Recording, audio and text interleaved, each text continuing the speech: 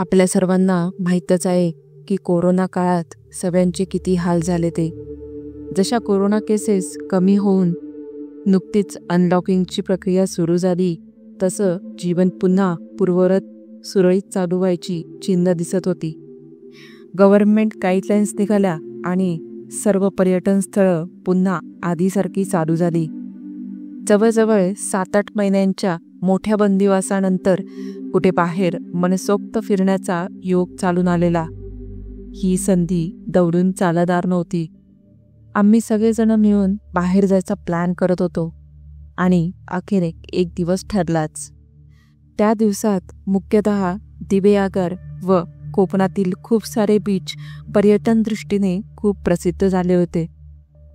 आमच्या जवळपास आम्ही न बघितलेला असा दिवेआगर बीच होता. आपणही इकडेच प्लॅन बनवायला हवं असं आम्ही सगळ्यांनी ठरवलं. मी, माझी मोठी ताई, तिचा नवरा, आम्ही त्यांना भाऊ म्हणत असू, आणि माझी मोठी ताई आणि माझी छोटी ताई असे 4 जण.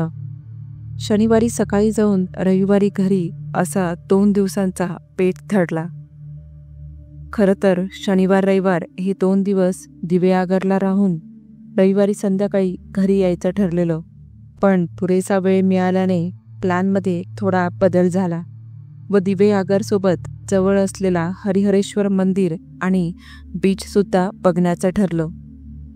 शनिवारी दिवेआगर मनसोक्त फिरून रविवारी सकाळी हरिहरेश्वरला निघायचं होतं, पण काही कारणास्तव थोडा उशीर झाला. मग दुपारचं जेवण करूनच हरिहरेश्वरला जायला निघालो. वास्तविक हा अंतर 1.5 तासांचा आहे.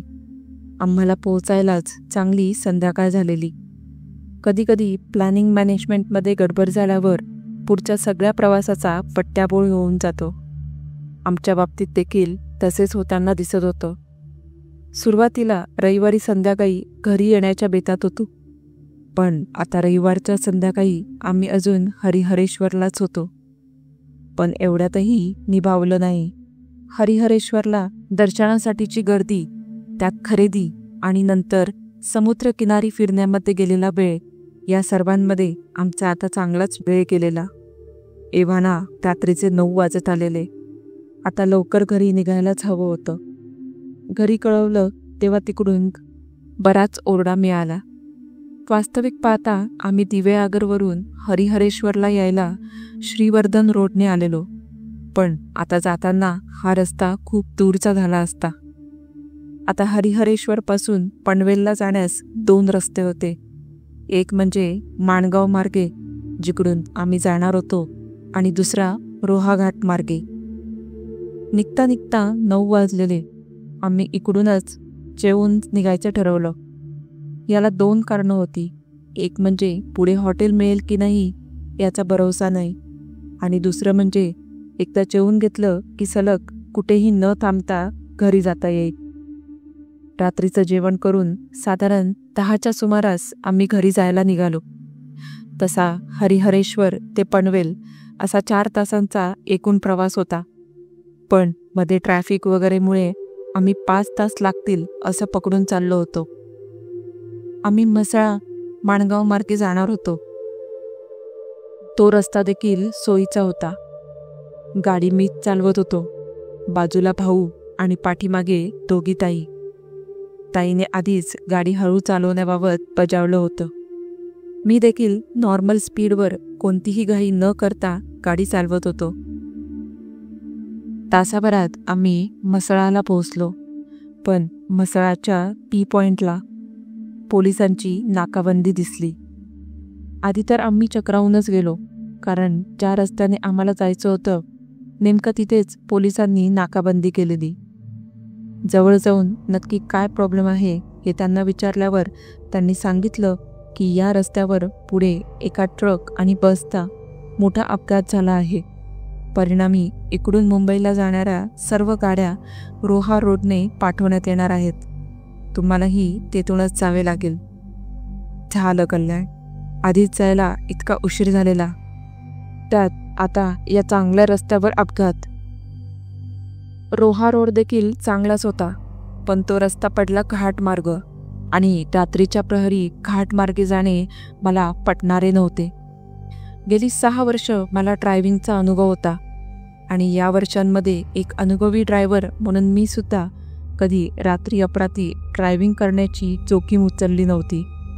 पण आता दैवयोगाने नशिबात पहिल्यांदाच ही वेळ आलेली. मी त्वरित मॅप चेंज केला आणि रोहा रोडला गाडी वळवली. कोणाच्याच मोबाईलला नेटवर्क नव्हता.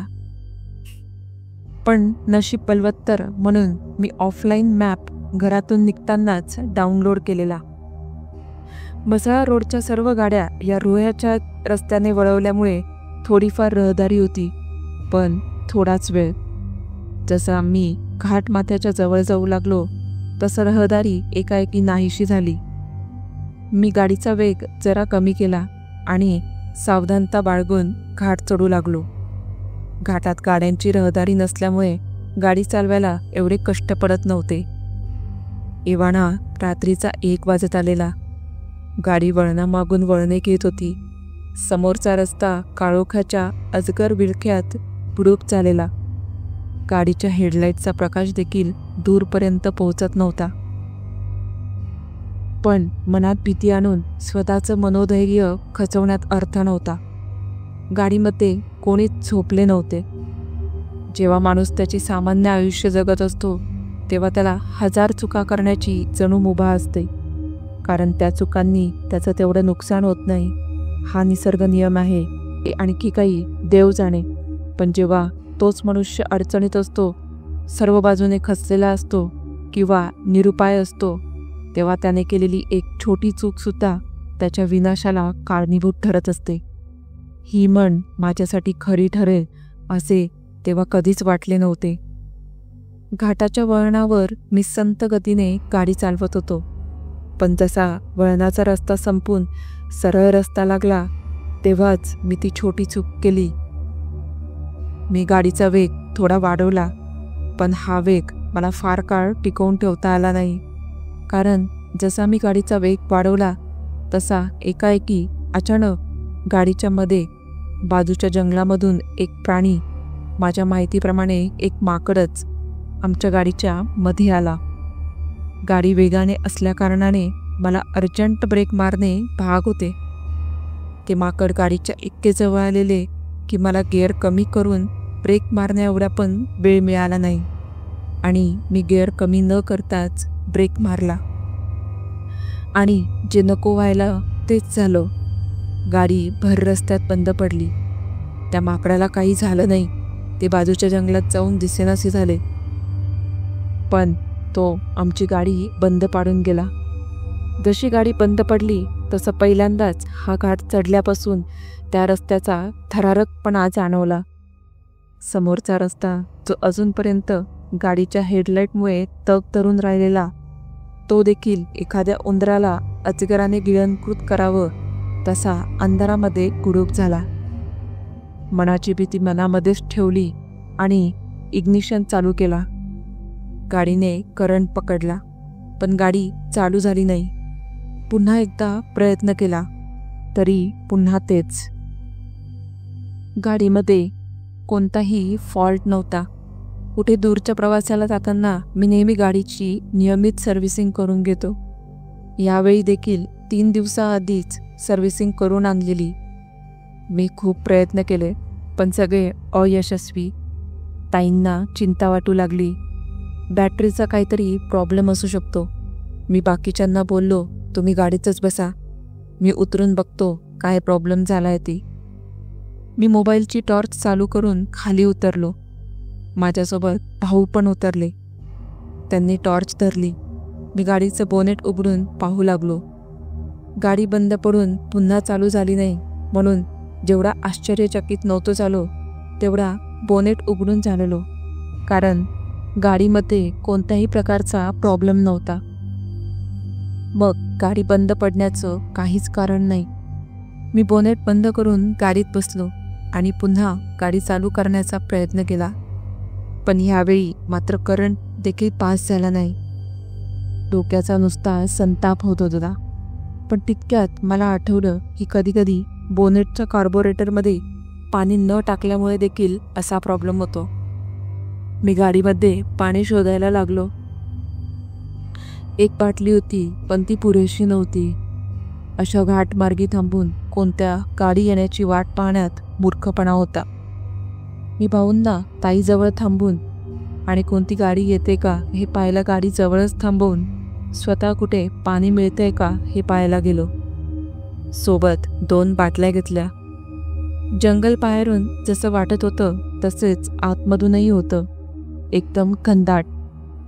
रातकिड्यांची किरकिर आणि माझ्याच पायाखाली चिरडल्या जाणाऱ्या सुका पाण्याच्या आवाजाखेरीज अजून कोणताही आवाज नव्हता. मी लगबगीने कुठे कोणतं घर किंवा तलाव दिसतंय का हे बघायला लागलो. नशिबाने मला काही अंतरावर एक छोटं तळं दिसलं. मी मनोमन खुश झालो. 2 बाटल्या भरून त्यात पाणी घेतले आणि परतीच्या वाटेला जाणारच होतो की तळ्याच्या काठी एक झोपडी वजा घर दिसले. बाहेर एक छोटा बल्ब लावलेला, त्यामुळेच ते घर माझ्या नजरेपासून लपू शकले नाही. त्या बल्बच्याच प्रकाशात मला त्या घरात एक पुसटशी हालचाल दिसली. एवढ्या घनदाट जंगलात एकाकी असे हे घर मनाला काही पटत नव्हते. पण मनात त्याचवेळी एक अजून विचार थैमान घालत होता. जर या पाण्यानेही गाडी चालू झाली नाही तर? जर कदाचित ह्या घरात आजची रात्र आसरा घ्यावा लागला तर? मला मान्य आहे, एक अनुभवी चालक असूनही हे विचार एकदम पोरसट आणि व्यर्थ असे होते. अशा आडमार्गी जंगलात थांबणे म्हणजे स्वतःच्या मृत्यूचे आमंत्रण स्वतःहूनच देणे. पण त्या एकाकी घरात कोण आहे हे पाहण्याचा मोह मला त्यावेळी आवडला नाही आणि मी लागलीच त्या घराकडे वळलो. झोपडी वजा असे ते एक रूमचे घर. वरती पत्र्याचा छप्पर, समोर जुना लाकडी दरवाजा आणि त्याच्या डाव्या बाजूला लोखंडी गदाची खिडकी. दरवाजा लावला होता, पण खिडकी थोडीफार उघडी होती. मी खिडकीतून आतमध्ये कोणाला कळणार नाही इतक्या सावकाश आणि सावधपणे डोकावून बघितले. जसं आतमधील दृश्य बघितलं तसं 1 नाही 2 नाही, तब्बल 5 सेकंद माझ्या काळजाचे ठोके चुकले. माझ्या आयुष्यातला सगळ्यात भयानक दृश्य, इतकं की माझी किंचाळी निघाल्या वाचून राहिली नाही. आतमध्ये एक साधारण माझ्यापेक्षाही उंच, जवळजवळ 8 फूट उंचीची बाई केस पूर्ण मोकळे सोडून जमिनीवर बसली होती. तिची उंची कशी कळली तर ती समोर पाय सोडून बसलेली, तरी पूर्ण घर तिच्या पायाने व्यापलेलं आणि तिचे पाय थेट समोरच्या जळत्या चुलीत भाजून निघत होते.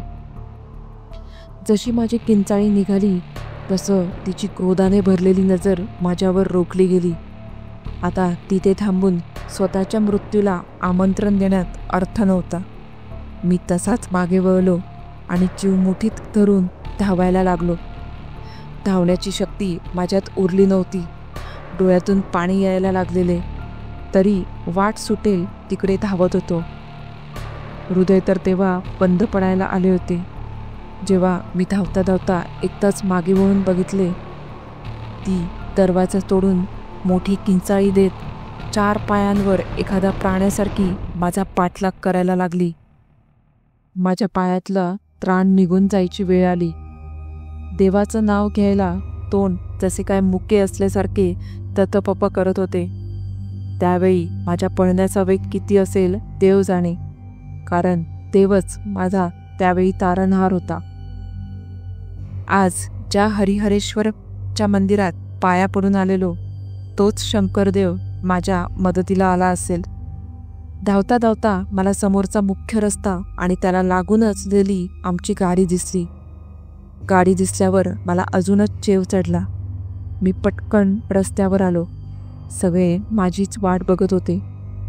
एव्हाना आमच्या गाडीच्या बरोबरीला अजून एक गाडी आलेली. मला असं घाबरून वाघ पाठीमागं लागल्यासारखं पळताना पाहून त्यांनी असंख्य प्रश्न विचारले. मला ते प्रश्न नीट आठवत पण नाहीत. मनात अजून तीच भीती थैमान घालत होती. जे कोणी माझ्या मागून आलेले ते आता दिसेनासे झालेले. ताईने आधी मला पाणी दिले. 2 मिनटं बसलो तेव्हा कुठे जाऊन मी या जगात आल्यासारखं, माझा पुनर्जन्म झाल्यासारखं भासलो. आमच्या बाजूचे गाडीवाले सुद्धा आमच्या जवळ आले. भाऊंकडून कळालं की आपली गाडी बंद पडलेली तेव्हा ही गाडी इकडून पास होत होती. त्यांनी काय प्रॉब्लेम आहे ते सांगितलं, पण त्यांच्याकडे देखील पाणी नव्हतं. मग ते मी येईपर्यंत सोबत थांबले. मला जरा हायसं वाटल्यानंतर मी सुद्धा घडलेली हकीकत त्या सगळ्यांना ऐकवली. सगळ्यांचे चेहरे एकदम पिवळे पडल्यासारखे झाले आणि मी सुखरूप परत आलो म्हणून देवाचे आभार देखील मानले. माझी हकीकत ऐकून त्या गाडीमधले जोडपे म्हणाले, अशा घाटांवर खास करून रात्रीचं असे प्रसंग घडतच असतात, म्हणून आम्ही तुमच्याबरोबर थांबलो. मी आणलेले पाणी कार्पोरेटरमध्ये टाकून गाडी चालू केली. 2-3 स्टार्टरच्या प्रयत्नांनी गाडी एकदाची चालू झाली. मी गाडी चालवायच्या मनस्थितीमध्ये नव्हतो. भाऊंनी हे ओळखले आणि पुढे घरी जाईपर्यंत त्यांनी ड्रायव्हिंग करण्याचे ठरवले. आम्ही त्या बाजूच्या गाडीमधल्या जोडप्याचे आभार मानले. मी मनोमन देवाचे देखील आभार मानले आणि घरी जाण्यास निघालो. घरी सुखरूप पोचल्यावर आधी घरी आई वडिलांकडे एक वचन दिलं की परत रात्रीचे अनोळखी भागात प्रवास करणार नाही.